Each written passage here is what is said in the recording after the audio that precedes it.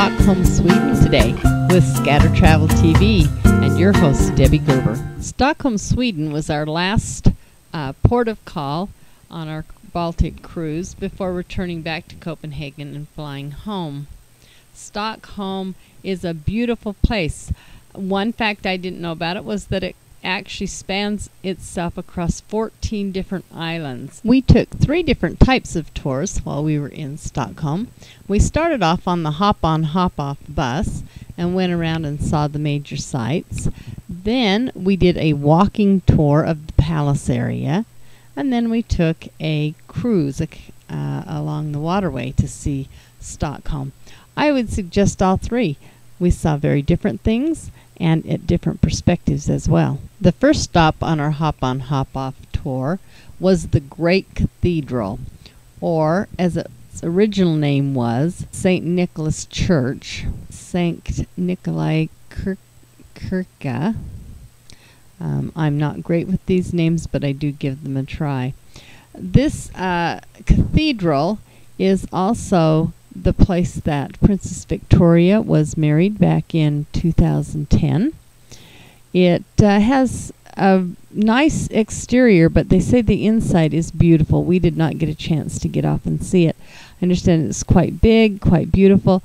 One of the things I heard about is that they have the pews there for the royal family to come whenever there are events held there or ceremonies held there. Can't go there or sit in them or whatever, but you can see them, and it's evidently a quite impressive 700-year-old cathedral. I was told that even some of the kings of old time were crowned here, and it's close to the royal palace. So if you're in the area and get a chance, you should really stop and see this. The oldest church in Gamla. The tan building that you see in the front of this picture is the Royal Swedish Opera. This building holds about 1,200 people for the opera shows. Tickets are available if you would like to attend. This is also, for those of you that are interested, a place where ABBA performed for 2 events. One was for the Queen's 50th birthday in '93, and the other one was for the King and Queen of Sweden, where they performed Dancing Queen in 1976. You can go and take tours of the opera house. They are guided tours in Swedish and in English. And while you're there, I understand that there's a marvelous restaurant with original interior wall paintings. This would be a fun stop if you have a little extra time to spend at the opera. The building that you see that sits behind the opera is quite a fascinating building. It is red and has this green copper roof on it. Very pretty. It is the St. James Church. Might be of interest to tourists as it was dedicated to St. James, who is the patron saint of travelers. This is a wonderful area to walk around and see this building. Sometimes you will see this church referred to as the St. Jacob's Church because the names are the same for both James and Jacob in the Swedish language. So once in a while you'll hear it said both ways. This church took a long time to complete, and because of that, there are several different architectural styles. Inside there is a wonderful gold pulpit and huge big pillars. Quite a sight. It is also next to a very popular park where if you get tired of walking on the cobblestone walkways, then you could stop and take a little rest in a beautiful park. Because you walk over a lot of cobblestone streets when you travel in other countries, I would wear flat, comfortable shoes. I love high heels. I wear them even though I know better on my trips, and I always think I'm going to tell everyone to wear their flat shoes. It's always fun to get a feel for what people are doing in different countries. This was a group of school children that were protesting and doing a march for something. Unfortunately, we could not read the banners and find out what was going on with them. The architecture really varies. This building just totally intrigues me. I want to go up on these balconies. I just love this building. I wished I knew what it was. I wished I had taken a little bit better notes or asked, but the architecture there is fascinating, and the buildings are just gorgeous. You'll love spending time just looking at buildings. The architecture on the buildings in Stockholm is varied, and it's really interesting. I love to see the facades of the buildings and all the different artwork, I would call it, on the outsides of the buildings. The brick laid in different patterns and the different colors. And as you know, doors are one of my favorite things that catches my eye, as well as clock towers. I found several doors that I thought were really interesting that caught my eye and that I shared with you here. Even the color schemes are really different there. In Gamla, you start seeing buildings that are really different. Gamla is in the old town of Stockholm. They even had little cafes that looked very Italian to me, that would sit out in little platforms that are built that sit out into the street where you can sit and eat. This is a great place to stop and have lunch. Sit out on the street, sit among the flowers. Even in the chilly weather, it's just beautiful there, and all the buildings in the old town and the people coming and going. This is a good stop for like a lunch break or a snack. Sitting in a restaurant is much more relaxing than just plopping down anywhere on a step because you're exhausted. Although if you are, take a break. You can find some steps to sit on. In this old town area of Stockholm is located a fascinating museum. It's the Nobel Prize Museum.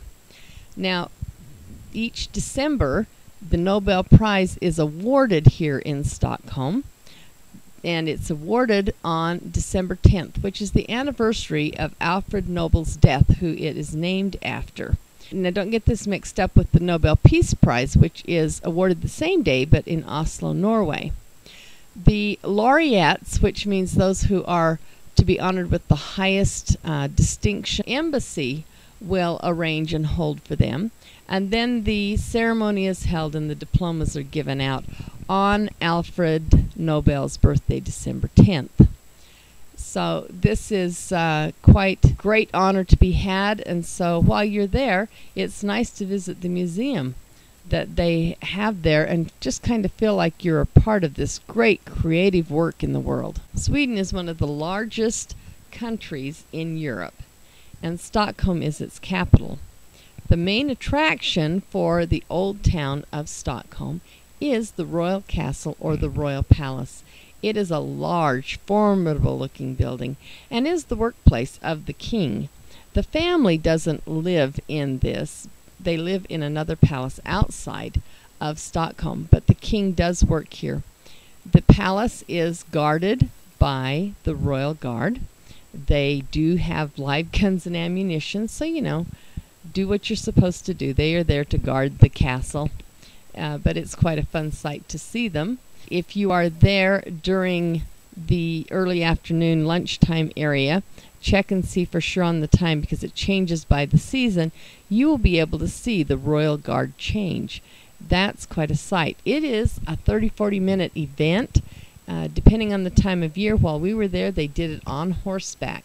And so you see this parade of them coming down the streets and then going and changing guard. You can see that beginning at the back side of the castle, not the front. So go to the back side of the castle during that time and you will see the whole thing, or else from the street out front where the waterway is, you can see them coming down that street. They come down that street on their horses. You can see the palace from the street side, or you can walk up to the little plaza square up in the center of it.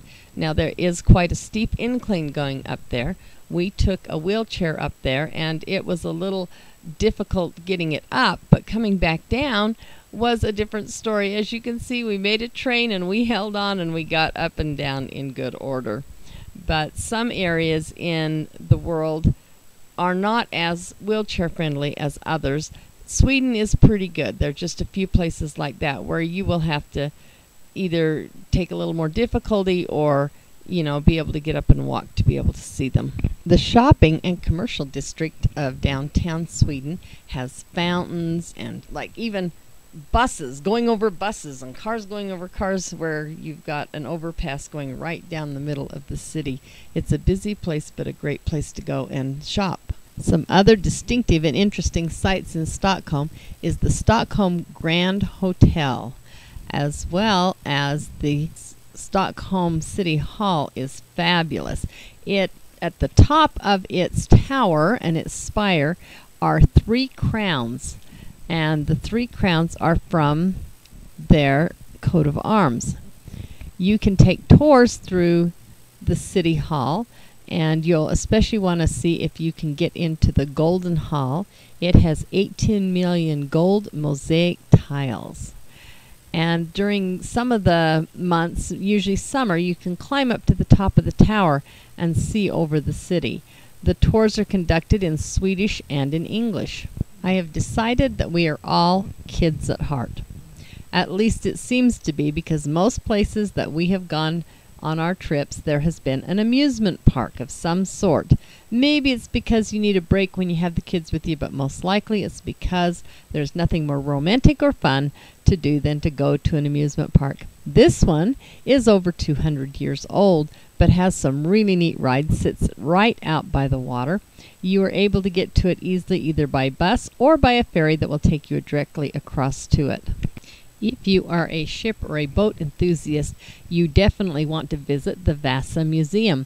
The Vasa Museum has 4 floating ships as part of the museum, and one of them is the warship Vasa. You're able to go onto these ships and learn more about the history of the ships there. So if you're into ships, this is a stop for you. If you want a good view of the city and an awesome tour, go to the Canis Tower. It is the TV and radio tower for all of Stockholm. It is way high. It goes from the lobby up 30 stories high. And then there is a cafe and a restaurant and a lookout platform on top, and it is open to the public. Really close. We are in Stockholm, Sweden today. Stockholm is one of the 2 places that we took the hop-on, hop-off bus tours. The hop-on, hop-off bus tours were green in Helsinki, Finland, and they are blue and yellow in Sweden, and they are the same company. So if you go on one, they'll give you a discount on the other one. We also took the boat tour, the hop-on, hop-off boat tour here as part of that hop-on, hop-off bus tour. And I would definitely see things by water as well as by bus, because there's a whole different view of it. It was gorgeous to see it that way. So when you get a chance, do the bus and do the boat tours as well. When cruising up in the Baltic area, make sure that you come prepared for both warm and cold weather. They only have about 30 days of sunshine a year. We happened to get those last few days, and now we've got kind of the gray, hazy, cloudy weather, and so make sure that you come with layers, maybe like a sweatshirt and then a coat, so that you can layer. Bring gloves and a hat just in case. It is chilly out here today. It's worth coming, but glad to be prepared.